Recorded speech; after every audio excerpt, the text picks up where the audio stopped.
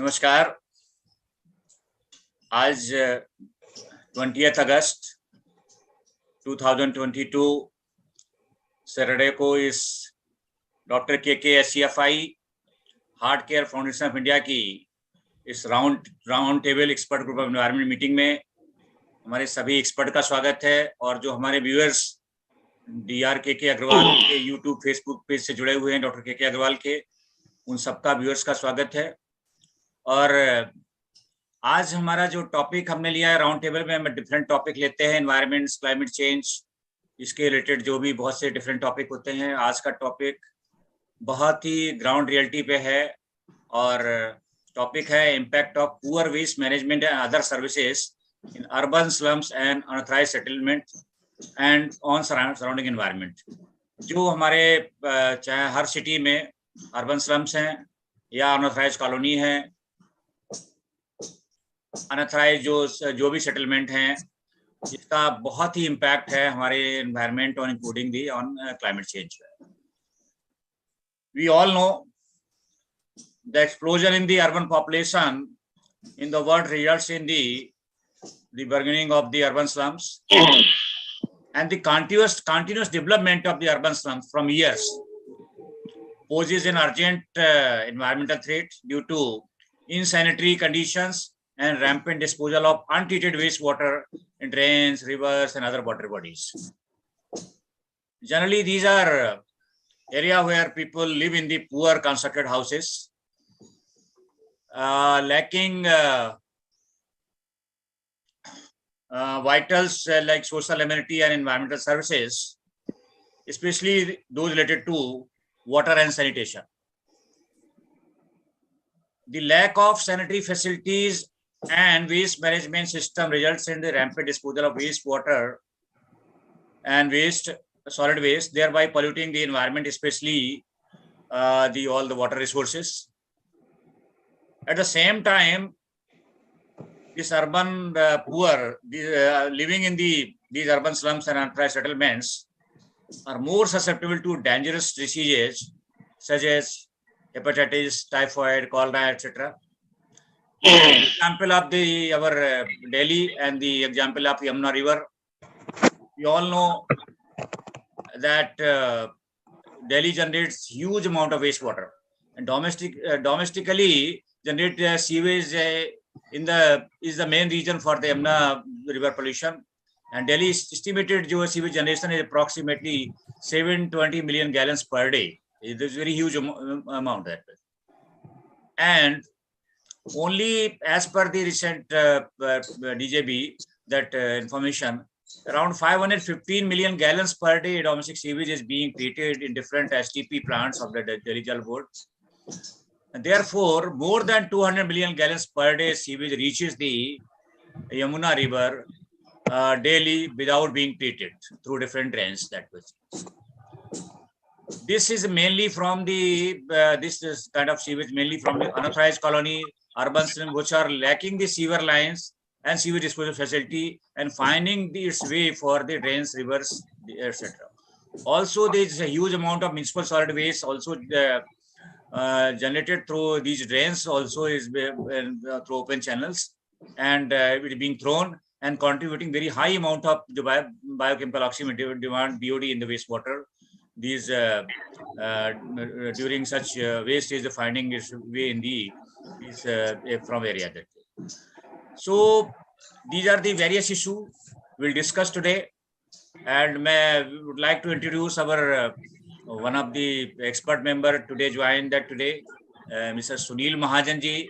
He was the chief engineer in the Delhi Slum Improvement Board. Delhi का है जो Delhi Urban Slum Improvement Board of Delhi Government, उसमें थे, chief engineer थे और Yamuna action plan में बहुत काम किया और हमारे पुराने फ्रेंड भी रहे। हमने बहुत से ज्वाइंटली काम किया है बहुत से प्रोजेक्ट्स में।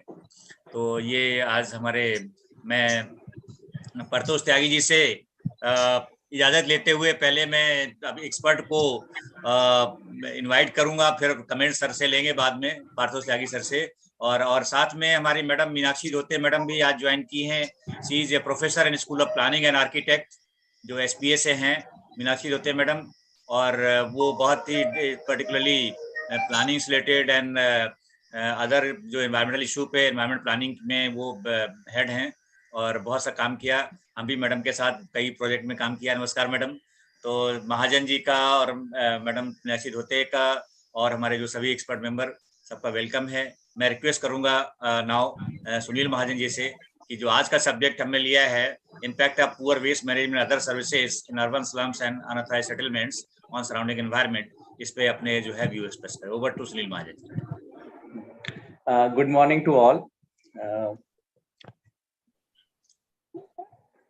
I was working in slum department for quite a long time, so we understand the various problems which slum people face, and as a department, what we are providing them and how their situation can be improved.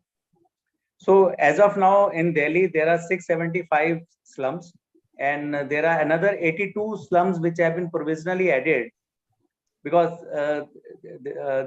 why it has been provisionally added, because there is a condition in our act, DUCIP 2010 act, that all the JJ clusters are to be notified under section 2G of the DUCIP act 2010. So what is the condition of notifying them? Although they are listed cluster but not notified under section 2G. So under section 2G, they are to be notified with a cutoff date of 1st of January 2006. So any cluster which is prior to 1/1/2006 will be notified under section 2G of DUCIP Act 2010. So that is the prior condition. Now the people living in those clusters, there is another policy for their rehabilitation and relocation. For that, cutoff date is 1st of January 2015. So any cluster which needs to be relocated or rehabilitated, is the cutoff date for individuals living in that is 1/1/2015. So another 82 clusters which have been provisionally added are yet to be notified under section 2G. Now coming to the clusters. Now clusters are basically unauthorized settlements which were ultimately created because of lot of land parcels were left vacant or open when we were developing many colonies like JJRE settlement colonies, many other colonies, because lots of these pockets were left for creating parks, basic services like schools, hospital land, and many other services which were left.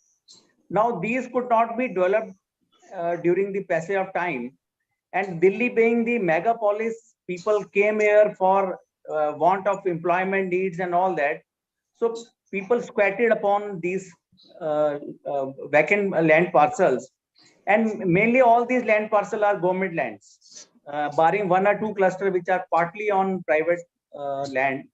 All the 99.9% clusters are on government lands. So people squatted on that. Initially, it was a horizontal expansion going on in these clusters. Now vertical expansion is going on. If you visit any cluster nearby, you will find 2 to 3 storied juggi structures come up. So this is the proliferation of JJ clusters in Delhi, because Delhi being the employment potential area, so people have squatted upon these clusters. Now what to do of these clusters? Because we never want our clusters to be existing along in our regular areas. So government has launched a 3-strand strategy that as long as these clusters are there, till they are rehabilitated, relocated, or in situ upgraded, basic facilities should be provided to them. So as a part of basic facility, we are providing them toilet facility, again community toilet, because it can't be a seaward connection there. So we have provided a toilet facility. We have provided lanes which are CC paved, cement concrete pavement have been done, drains on both sides. We have provided small parks which has not been encroached by these dwellers, so that some lung space is created in those areas where children can play and do some activities there.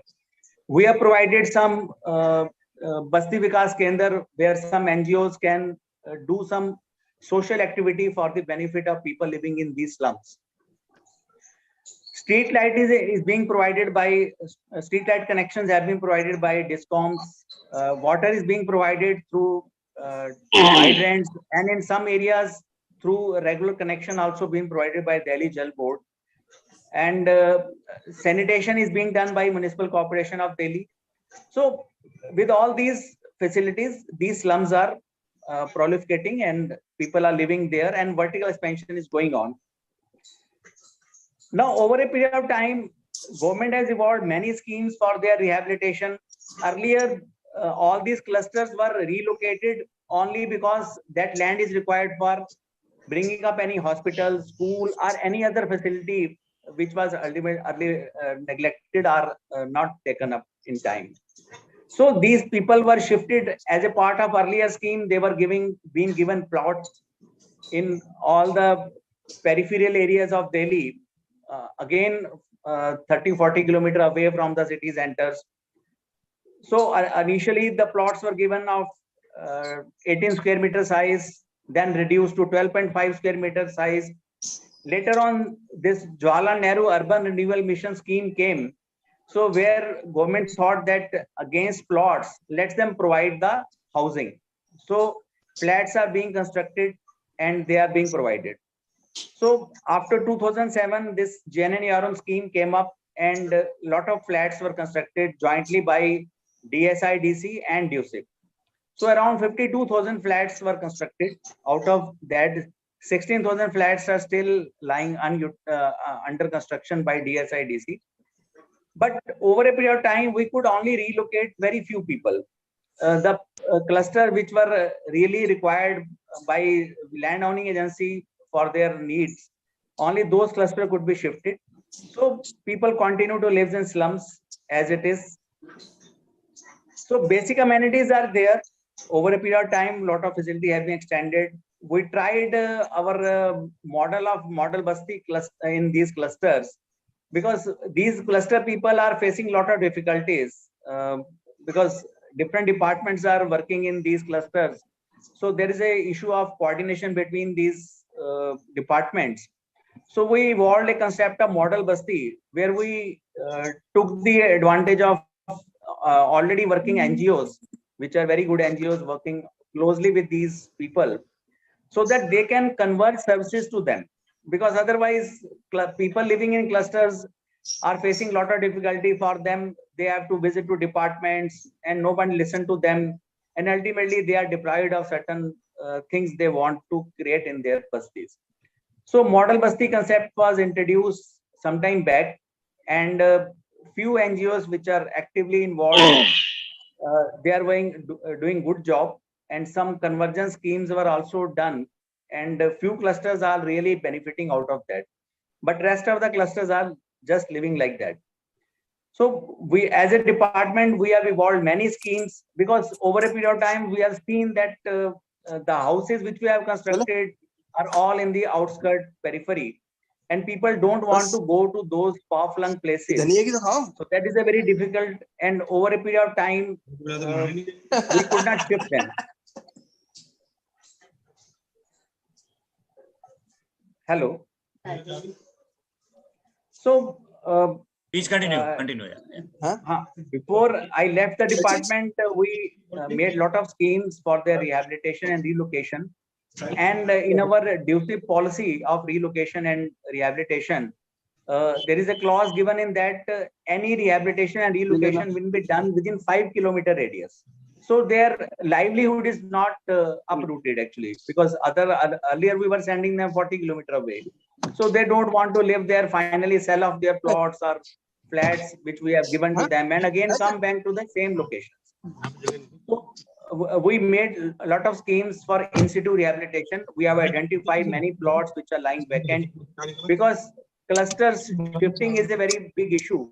So we initially thought that let us construct flats in the vacant land nearby, and after that flats are constructed, people will be shifted there, and that land parcel can be utilized for some other purpose.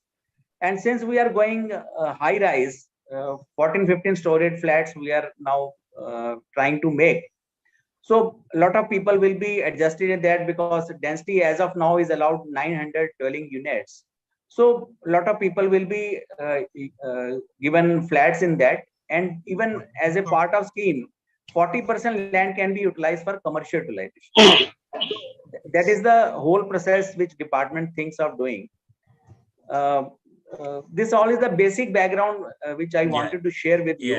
Yeah. Thank you, sir. And we आपसे further will discuss that after the other experts express their view. Then definitely we'll discuss the things so that at least we know that the government is all the state government, including central government, and in Delhi, DDA, and all, including I think the Katputli colony that we housing for EWS and other things are also going on. So many, so they will discuss with the. Thank you, Mahajan ji.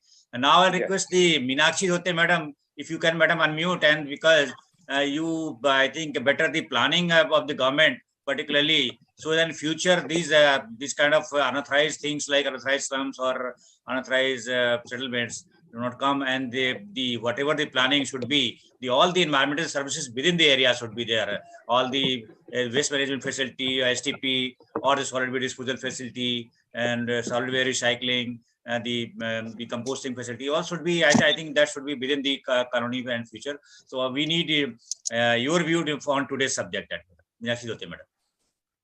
Thank you, Dr. Anil Kumar. I see Dr. Paritosh Tyagi, and sir, please to my respects. In fact, sir had selected me for the post of professor, and he also happens to be. Madam, sir ने मुझे भी select किया था UPSC में. Sir, आपको regards to you, sir. Actually, this is a very challenging area. There are two things that are there. One is the existing.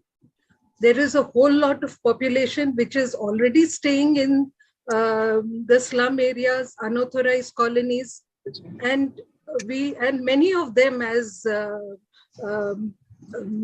Mahajan was saying, that it's very difficult for shifting. This is a very, very challenging area unless it is done by force.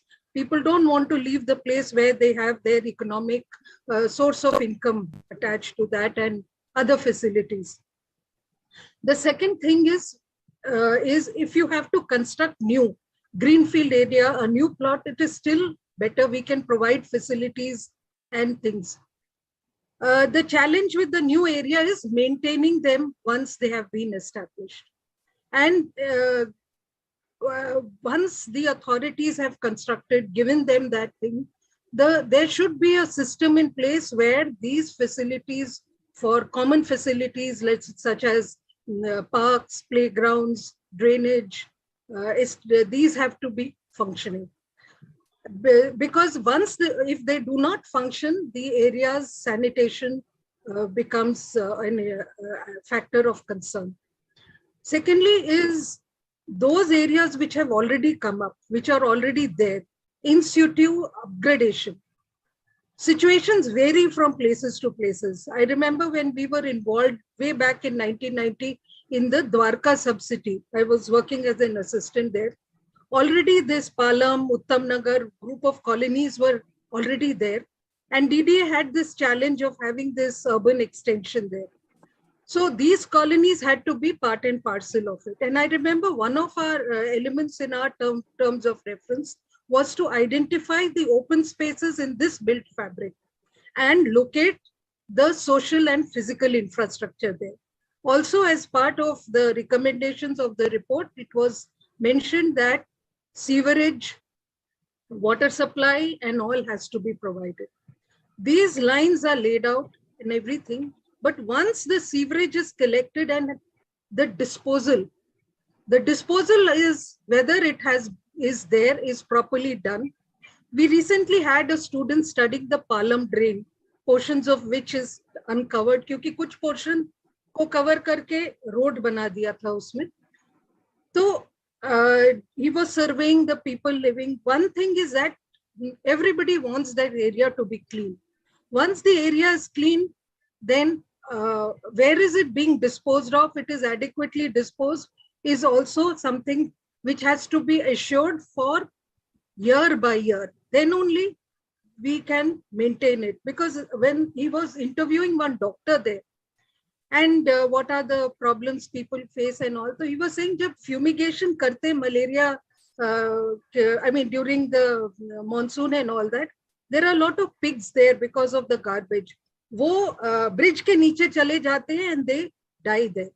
So what happens is, this is, I mean, there are things, I mean, even the way the sanitation, though it doesn't form purview in the planning area, monitoring and maintenance is extremely important, because we are talking about high density areas, per capita garbage generation, sewage. So it has to be right from the area there where it is getting generated, to where people, whether they are able to contribute, even if they are ready to contribute little bit, everybody wants cleanliness, you know. So the thing is that we have to have a system in place. Secondly, when it comes to fire safety, in these areas, the of course the hose is there with the fire tender, but many a time it's not possible to reach out to these places. So I remember once we were thinking of having water pipe which is supplied in pressure, and I think motorcycles and all are. We have to think of the the services, management of these services, year to year basis, the expense that will involve, the kind of budgetary allocation that has to be done, so that it is there continuously, even for the new colonies, and for, because these are not only these are a health hazard. And Delhi having so many unauthorized colonies apart from the slums, it has become a necessity, and more so when we are talking about carbon. I remember we were trying to overlay the 2016 IIT Kanpur study on GHG emissions, and we were finding East Delhi showed maximum, whereas in East Delhi there is maximum unauthorized development. So somewhere this untreated sewage, garbage lying around is a source of methane, and that is adding to our GHG. So if you're talking about net zero, things like that, we have to ensure sanitation is there. That is all, sir. Thank you. Thank you so much, madam. And I know that we work in the number of projects, and including the Delhi SESC, and how you are contributing in the planning, environment planning of the city. So, and thank you the excellent views on the subject. Now I'll request the Pradeep Khandelwal ji, who was the chief engineer in the, also he was an earlier MCD, later on he in the East Delhi Municipal Corporation as chief engineer, and he worked in the planning department of MCD also, and the issue of the wall waste management issue, including unauthorized colony and urban slums. So I'll request Pradeep Khandelwal ji to on today's topic. नमस्कार सबको, मेरा बड़ा बहुत नमस्कार। अभी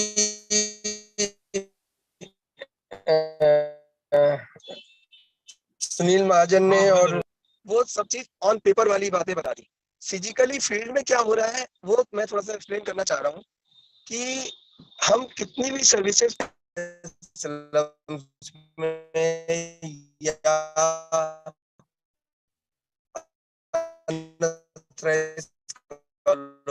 आपका शायद net का इशू आ रहा है खंडेलवाल जी, कुछ है या तो है वीडियो नहीं कर पाते, वीडियो ऑन ऑफ कर दे, देन आई थिंक ये सोचना पड़ेगा कि वो सच है। देखो अब आ रही है आवाज? हाँ, आ रही है जी, आ रही जी। हाँ, तो मैं ये कह रहा था कि हम लोग पेपर पे पॉलिसी में बहुत अच्छे हैं, लेकिन इम्प्लीमेंटेशन हम लोग उतना अच्छा नहीं कर पाते, जिसकी वजह से स्लम में रहने वाले जितने भी लोग हैं वो सारी बेसिक फैसिलिटीज से वंचित रह जाते हैं। बहुत से एनजीओ इस फील्ड में आ गए हैं जो केवल स्लम्स में काम करते हैं, कुछ अच्छा काम कर रहे हैं, कुछ अच्छा काम नहीं कर रहे हैं।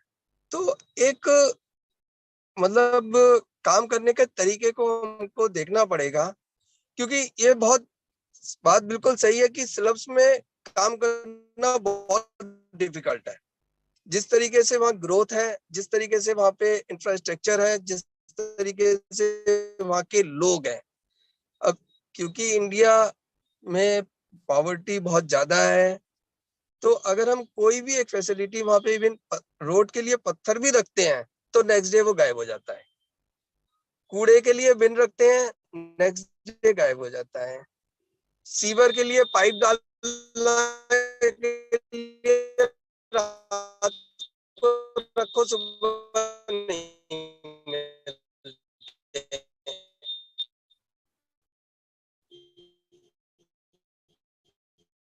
तो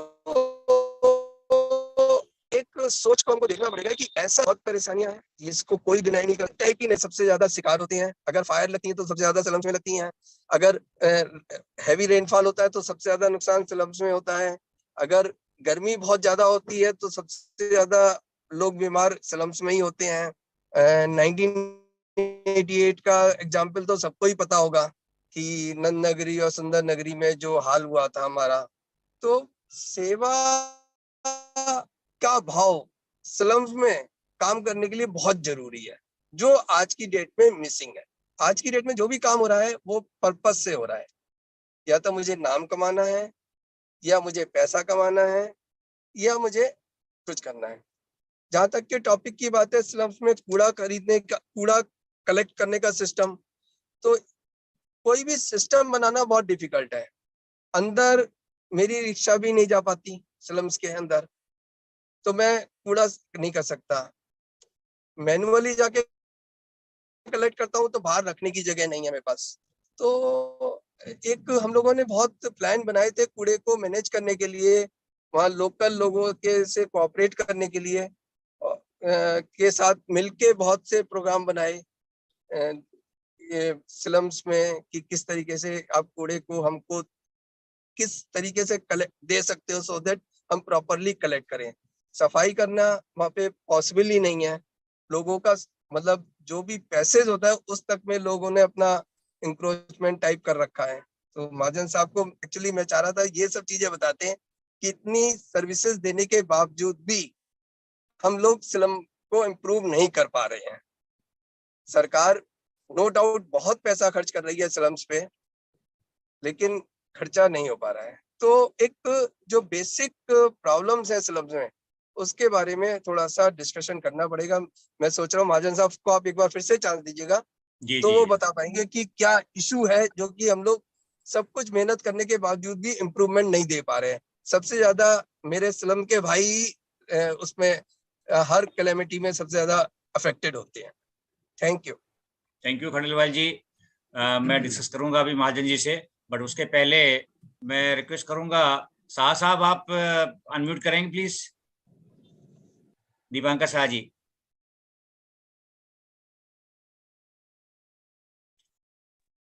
सर जी नमस्ते। हाँ नमस्कार नमस्कार।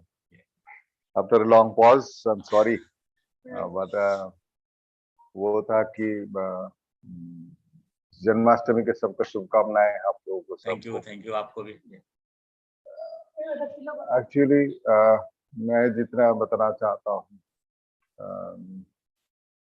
कि हमारे जो whatever is the development wherever we are doing, we are not following neither the master plan has the vision, nor we are complying with the components of the master plan. So this is the greatest drawback what I found during my entire career. The master plan is the master document. It is the legal document. It should specify what is the population density, what will be the waste generation, how the waste will be processed. And we are largely talking about the decentralization part, but that is also not being taken care at large across the country, resulting what is happening, the integration among the functional areas and the functional activities of development is missing everywhere. We have to accept, we don't have any other option but to accept. But how to bring all these things into track, this is the issue. People have to realize, all the time I used to say, whatever you are generating the waste, it is your responsibility. If you are not able to willing to discharge your responsibility, that means you are not a citizen of that locality. First of all, one has to prove himself that he is responsible and he is a part of all the functional areas. That is again missing. As a result, whatever the development is going on, the slum is a byproduct.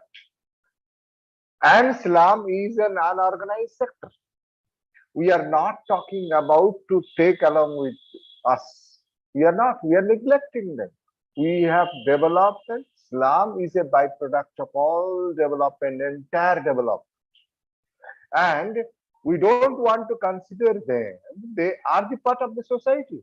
And they are given immense services to the society. And we are focused to train them, nor we are focused to educate them, and we always prefer that they should always live in the slums. And in fact, after so much civilization means the slums population is required to be reduced day by day. This is the concept, that should be the vision, and that should be the working area for development. But we are not really doing. Land is made for some population density. Suppose whatever is the land, we have considered that the 3-4 4-floor building will be constructed. So according to the population density is decided. Now the same area we are going to have a 20 floor or 25 floor.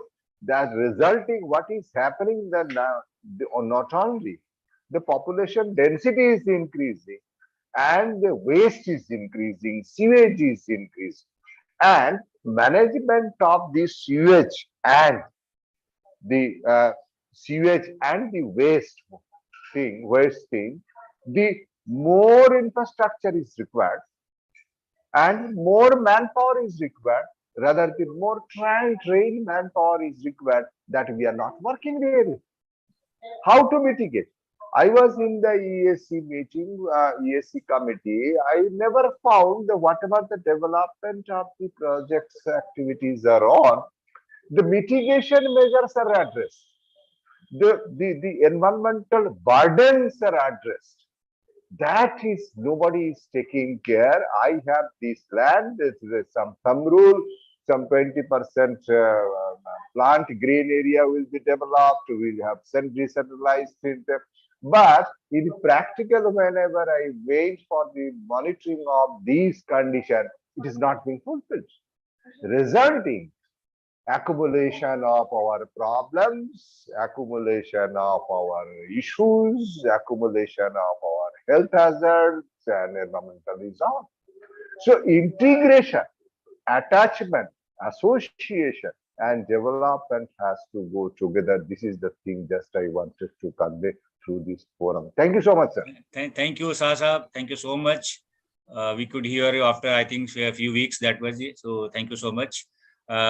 Now, I'll request Dwarkanath sir, who was in both Puducherry and Delhi for a long time, and we work in the Action Plan and other areas also. So I'll request his view, because he is experienced about more than 30 years in Delhi, and work with the different department of the municipal corporation and also DUSAP and all. So over to Dwarkanath. Sir आपका mute नहीं है, Dwarka sir.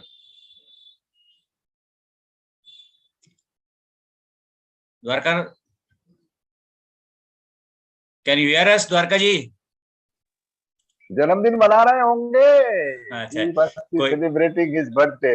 हाँ, कोई नहीं, अभी बाद में आएंगे. Now will hear the before coming to our other expert, Sunil Mahajan ji से, जो अभी प्रदीप खंडेलवाल जी ने बोला था कि डेफिनेटली विल कम. तो हमें जो पर्टिकुलरली की इम्प्रूवमेंट के लिए क्या जो चैलेंजेस हैं, और क्या गवर्नमेंट को आपका जो इतना वास्ट एक्सपीरियंस रहा है, और क्या प्लानिंग इस तरह से करनी चाहिए कि जो ग्राउंड में रियलिटी में इम्प्रूवमेंट हो, और जो ये एग्जिस्टिंग एटलीस्ट अर्बन स्लम्स हैं उन पे जो रेगुलेशन का हो या जो न्यू ना आए, उसके लिए थोड़ा सा आप जस्ट बताएंगे please. Thank you. I fully agree with Pradeep Khandelwal ji, because we have a lot of challenges in providing and extending facilities slums, because people have encroached upon all the area which they can encroach, because there are very narrow lanes. He is very right in saying that it's very difficult to even collect garbage from inside, and there is no space outside where this collected garbage can be put, and after that tipping truck can take them. So all these problems are there. But as a part of, because I was also earlier involved in slum free city plan of action, where we made a complete plan of action for removing all the slums and providing housing to all the slum people, so that their conditions are improved and they can enjoy all the basic civic amenities at their place. But it's a gigantic task, because there are around 3.4 lakh juggies covering around 17 lakh वो कभी people. पूरे नहीं होंगे, वो तो सपने हैं, कभी पूरे नहीं होंगे. That is true. But the problem here is that slum को हटाना, even London has a slum, America has a slum, but they are organized. Unfortunately, we are not organized. Yeah. This is the issue, how we can bring them in the limelight and focus. That is important, because our development is associated with slum development. You have to accept that is wherever there is an employment, even there is a flyover, there is a road construction, even a building construction, always there is a slum is a product. So until and unless we think that everything needs to be managed in-house, the slum development cannot be controlled. I'm just giving an example. I was in CPCB. Sorry, I will take 2 minutes only. 2 minutes. The slums, wherever the project is coming up, whether in NCR or any metropolitan, any area, urban area, the workforce come from the far away places, work close, because the city don't have the workforce to conduct that development project. And the entire workforce comes from outside. They work for the project and ultimately they settle in the slum.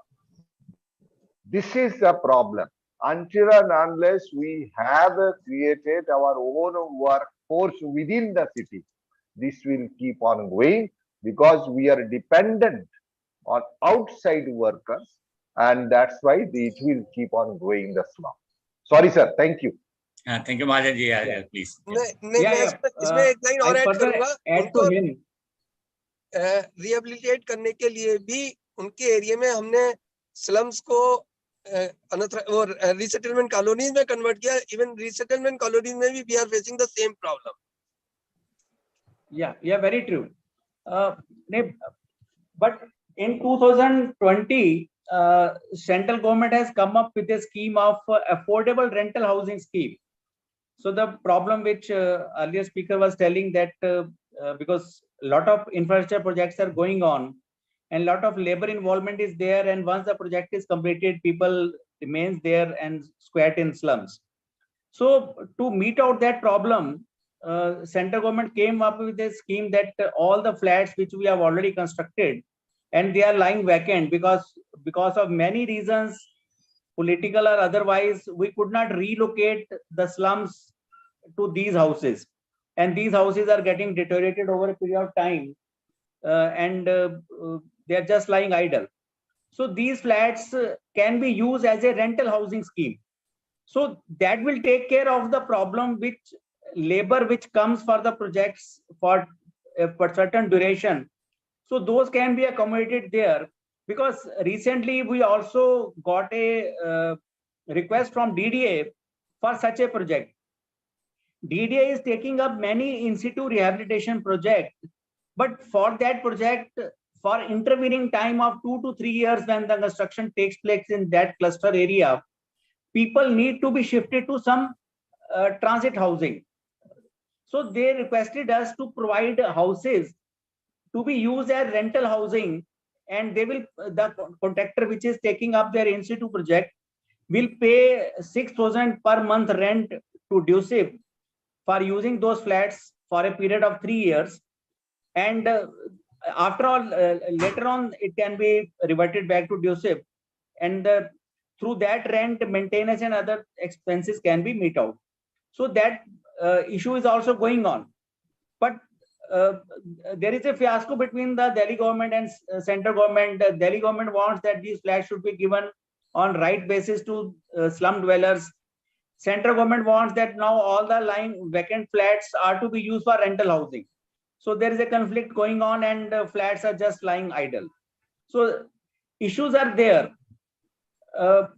We need to rehabilitate them because we have identified certain clusters which are slightly more open in the internal areas, because over a period of time we have seen that clusters have multiplied in vertical direction.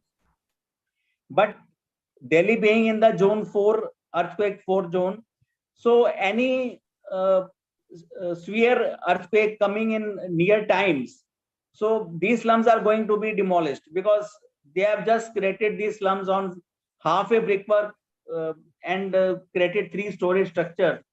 So it's very delicate structure, and any tremor, strong tremor coming in, these clusters are going to be demolished. So that is a different issue because all these are unauthorized. So people have just built their structures without any structure stability and other issues in picture. So the best part is that we need to shift them to the regular housing, which have been constructed in a proper way, where all water, sanitation, drainage, other facilities are there. School and other facilities are also built in there within the complex. So that is the ideal way which we earlier envisioned, also slum-free vision for Delhi. But that is not happening for many reasons. So as long as these slums are there, so we need to upgrade them to best of the facility which can be extended. As Khandelwalji has already said that we have a lot of limitations there because people are encroaching. Even the drains which we have provided on the CC payment in the lanes, even people have encroached upon the drains also. So this is such a difficult area. It's very difficult to even clean the drains. People have encroached upon those drains and increased their hutment area over the drain. So that is a very big challenge. So the only option is that out of these 675 clusters, there are 32 slums which have been coming up in the list of unauthorized colony also. So if you visit in these areas, people don't want any facility to be extended under slum scheme, because they want to be converted into unauthorized colony where they can be better having areas in that way. So that things are going on. So the only best option is that wherever we find some slums which are wide open inside, which have sufficient open spaces inside, so they can be slightly tweaked, and basic amenities like sewerage system, water supply can be given to them, and they can upgrade their houses of their own in a regular way. Because ultimately they don't have any pata or any authorization of land with them. But once we authorize them to be developed as in situ, so they can upgrade their houses in a regular way, in a structural way. So that is one part where in situ upgradation can be allowed to happen. And we as a department can introduce basic amenities. So if very less cost will be incurred by the department, and people will upgrade their houses in a regular way, because now they know that they will not be going to be shifted and they will be permanently settling there. So that is one part. The second part is because these slums are on government lands, which are meant for schools, meant for hospital, for many other left out things which we earlier want to create it. So those things should come up, and these people should be shifted to the houses already constructed. And we have also created many schemes where we are trying to create housing within 5-kilometer radius of their present cluster, so that livelihood options are not disturbed. So the best part is that they should be shifted to housing. So regular facility will be there. But even we have surveyed these things, because in the last time when we had a meeting with CM, so we wanted that, sir, 5 kilometer radius will not serve because we have to shift them to far-flung places. So a survey was carried out with the people that those who are willing to go to these houses, which are decently made, and they have only to pay 1,12,000 as a initial money, and house is there. So people even doesn't want to go there because over a period of time they have constructed 3-story structure. Ground floor they are using for commercial purposes. First floor they are living. If they are having extended family, second floor they are being used. Our second floor is rent out. Now they are economically very well off in these clusters. Maybe they are having a lot of handicapness. There are a lot of problems facing there, but they don't want to shift. Now that is the problem. But even houses are within 5 kilometers, even they don't want to shift. Now that is the scenario happening in slums. So what to do of that? So there has to be a strong will so that we can shift them. They have to be shifted, but that is not happening. And that is why the problem which Khandelwal is telling, that in spite of the best department are trying to provide them basic amenities to best of the dignity of these slum dwellers, we could not extend them. Ultimately, slums live like slums. And even he is very right in saying that even the earlier resettlement colony, which were properly constructed and provided with facilities, are again have converted into slums, because again encroachment has been taking place there and people are again back to slums. Thank you. So Thank you, any other Mahajanji. thing? Yeah. Thank you, Mahajanji. You have explained the reality actually. That was we seeing that, and we know that it's the issue is not very simple. It's very, very complex and need to be a very integrated approach by all the government agencies, central and state also. So thank you so much. Now we have around 6, 7, 8 minutes. So I'll request first Dwarkanath, if you can, I think he is unmuted now. If you can say a few words about the today topic. You have experience in the both Puducherry and Delhi, and you can also throw light on this subject today. Good morning, sabko namaskar, and sorry I had some network issues. See, slums have. सबसे पहले आपको जन्मदिन की बहुत-बहुत मुबारक. Oh, thank you very much. आज sir birthday आपका है आज? अरे नहीं सर, नहीं मेरा नहीं है, भगवान कृष्ण का बर्थडे है मेरा. अच्छा. नहीं जब by name birthday. अच्छा Dwarkanath Krishna. Thank you. I humbly accept the wishes. Thank you. Thank you. When on a comparative account, if you see how the slums used to be 30 years before and how it is now, maybe the numbers would have increased, but facility wise and the services that are extended to the slums, if you see this in perspective, they are far better than what it used to. But because of the growing city and the infrastructural projects, more and more slums are coming. And slum and the basic infrastructure and environmental services in the slums is not to be looked into isolation. This is a social problem and also a political problem. Slums are and is and will be a vote bank. So this is a social problem. This will be there.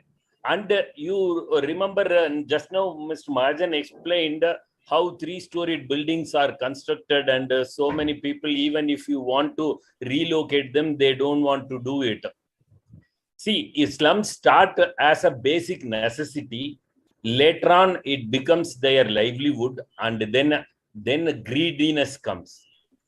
All the three comes and they want to be there only, but enjoy all the economic benefits, and they don't want any additional facilities or to be shifted.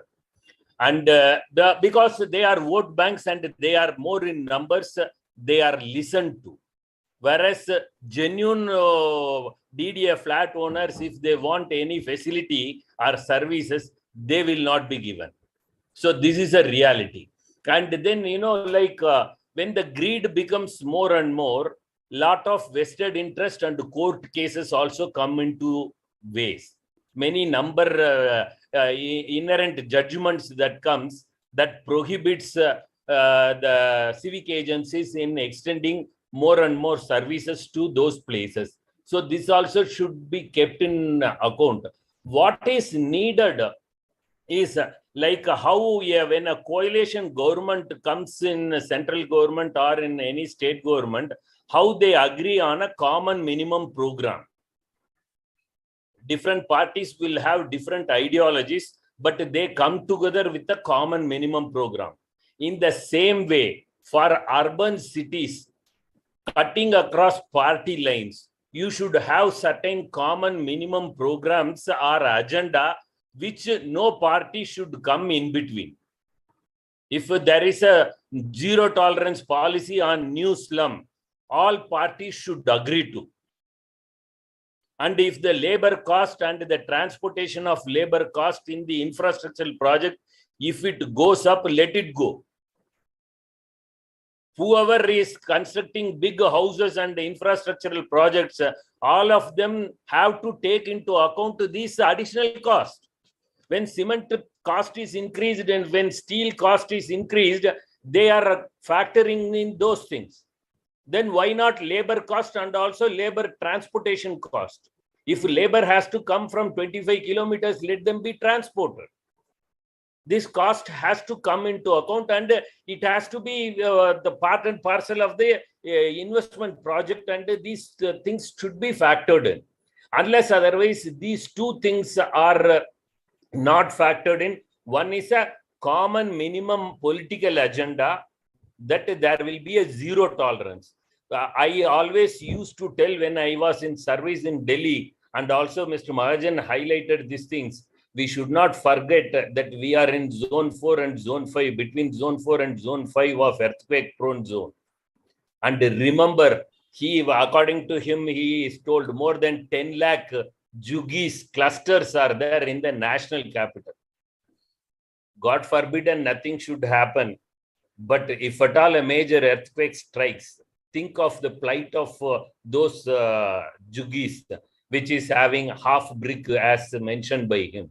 So I think politically we should to sensitize all the parties cutting across the party line that zero tolerance policy should become the order of the day, and then the additional cost that will be incurred in transportation of the labor from faraway places when for infrastructural project, be it a government project, be it a private project, should be factored in well in account, and that additional cost should be factored. Thank you. These are my certain observations. Thank you, Dwarkanathji. This is based on your experience and very, very excellent views that way. So we already is very, I think 12 o'clock. So we'll take a few minutes. So because we have two members, I'll request first Neeraj Tyagi ji. Then finally we'll request the senior most member Parthos Tyagi and our mentor to sum up the things. So before that, I'll request Neeraj Tyagi ji just for 2 minutes. Then we can Parthos Tyagi sir sum up the entire thing. जी नमस्कार, thanks for calling me. तो जहाँ तक जैसे कि द्वारकानाथ जी भी sir कह रहे थे कि इलीगल कंस्ट्रक्शन की दिल्ली में सबसे ज्यादा 10 लाख यहाँ पे स्लम है, तो मेरा ये मानना है कि legal construction benefit the builders, politicians और अदर कॉम्प्लिसिट इंडिविजुअल्स। और जो दिल्ली हाई कोर्ट कमेटी ने जिसको कि एक इन्वेस्टिगेशन का काम दिया था ये अनलॉफुल एक्टिविटीज के लिए कैपिटल में, तो उन्होंने भी कंक्लूड किया था कि illegal construction can not happen without connivance. Builder official nexus thrives in our cities by buying protective and insurance from the law enforcers. The builder, architect and the owner have a vested interest. Often the purchaser is the most vulnerable. It was also observed that there was no law that considers violation of building norms as a criminal offense. So fixing criminal liability on the builder, architect, owner, official nexus is likely to have a deterrent effect on the construction of unauthorized buildings. तो सबसे जो important है कि जो environmental impacts हैं इन चीजों के, illegal construction have adverse environmental impact because they lead to larger volumes of construction than the development regulations permit for healthy and safe living. More construction also contributes to the heat island effect, a phenomena observed in cities where high building density creates islands of higher temperatures in comparison to outlying areas. Some illegal constructions have also encroached on transportation networks, creating traffic bottlenecks also. These unlawful constructions, slum areas have proliferated on fragile lands such as unbuildable slopes and hills in flood zones, on lands encroached from water bodies such as creeks, river embankments, mangroves, salt plant lands, public open spaces, and green spaces. Rivers, lakes, and ponds have either disappeared or have dried up in process of being readied for residential or commercial constructions.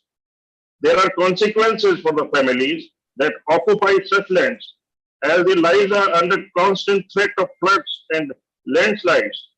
The city overall is compromised in terms of water ingress in case of heavy rains and floods, as global warming and climate change are posing a huge challenge in Indian cities, witnessed in the form of more frequent and severe urban floodings and rising heat events. Illegal construction only worsen the impacts of such events. That I wanted to say because time is limited. Yes, sir. Next. Thank you, Neeraj. And we have discussed with all our experts. So now I request our senior most member and also our mentor of the group, Sri Parthosh Tyagi sir, to sum up as a chair of this session. What is your the final sum up and views on this subject today? Over to Parthosh Tyagi sir. Thank you, Dr. Anil Kumar. My greetings to all of you. And I'm grateful to Meenakshi ji for having remembered me during her presentation.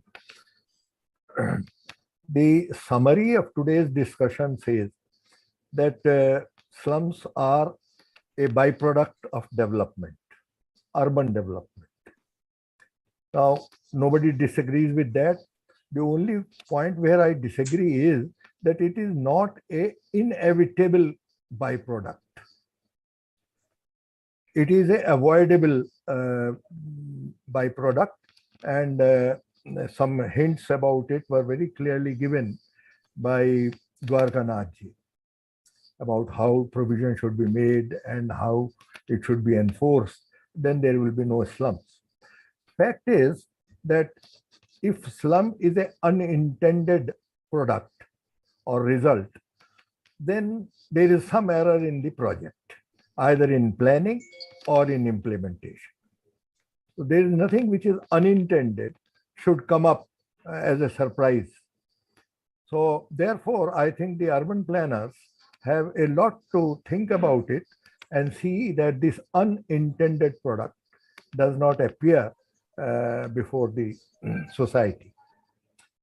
In my view, error starts when urban development and rural development were created as two fragmented practices.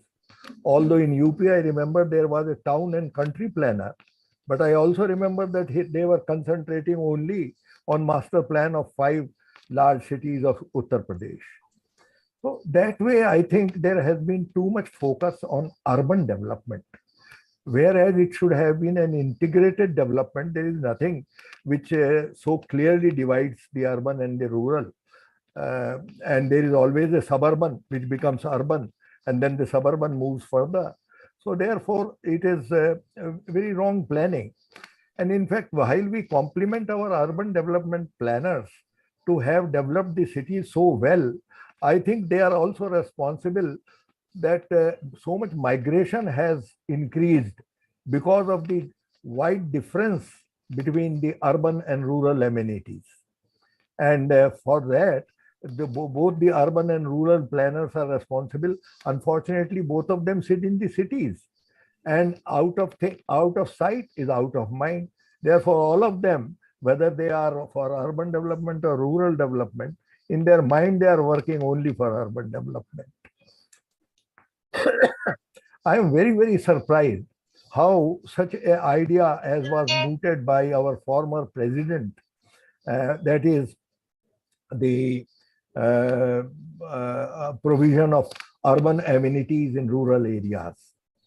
And this particular idea would have balanced the development between urban and rural areas, and therefore it would have reduced the migration to urban areas. And if that migration is reduced, the slum tendency to generate slums will also get reduced. Urban development has on the other hand, relied on satellite towns. Noida is a satellite town, Gurgaon is a satellite town, and today you can't distinguish between the boundary of Delhi and Noida, between Delhi and Gurgaon, and like that, they have not satellite towns, they are only a much larger urban town which existed like Delhi. So I think the credit as well as blame goes only to urban development planners. Meenakshi, excuse me for that, and Sunilji also. But I think they can still be corrected by first changing our institutions to pay attention to an integrated development of a region rather than urban development and rural development. I have tried not only to sum up, but also express my own views. Thank you for your patience to listen to me. Thank you, sir. Thank you. So well summarized, well expressed your views, sir. Always your blessing. And now we just going to close our session. So before that, I again wish all the happy Janmashtami, though belated happy Janmashtami is still going on. And also the same time, it was also yesterday the birthday was Dr. K.K. Agrawal ji. He was Janmashtami के दिन पैदा हुए, उनका नाम भी कृष्ण कुमार अग्रवाल था, तो same time उनका भी जन्मदिन था, और जिन्होंने सोसाइटी के लिए इतना किया, उनकी प्रेरणा से हम लोग ये सब कर रहे हैं।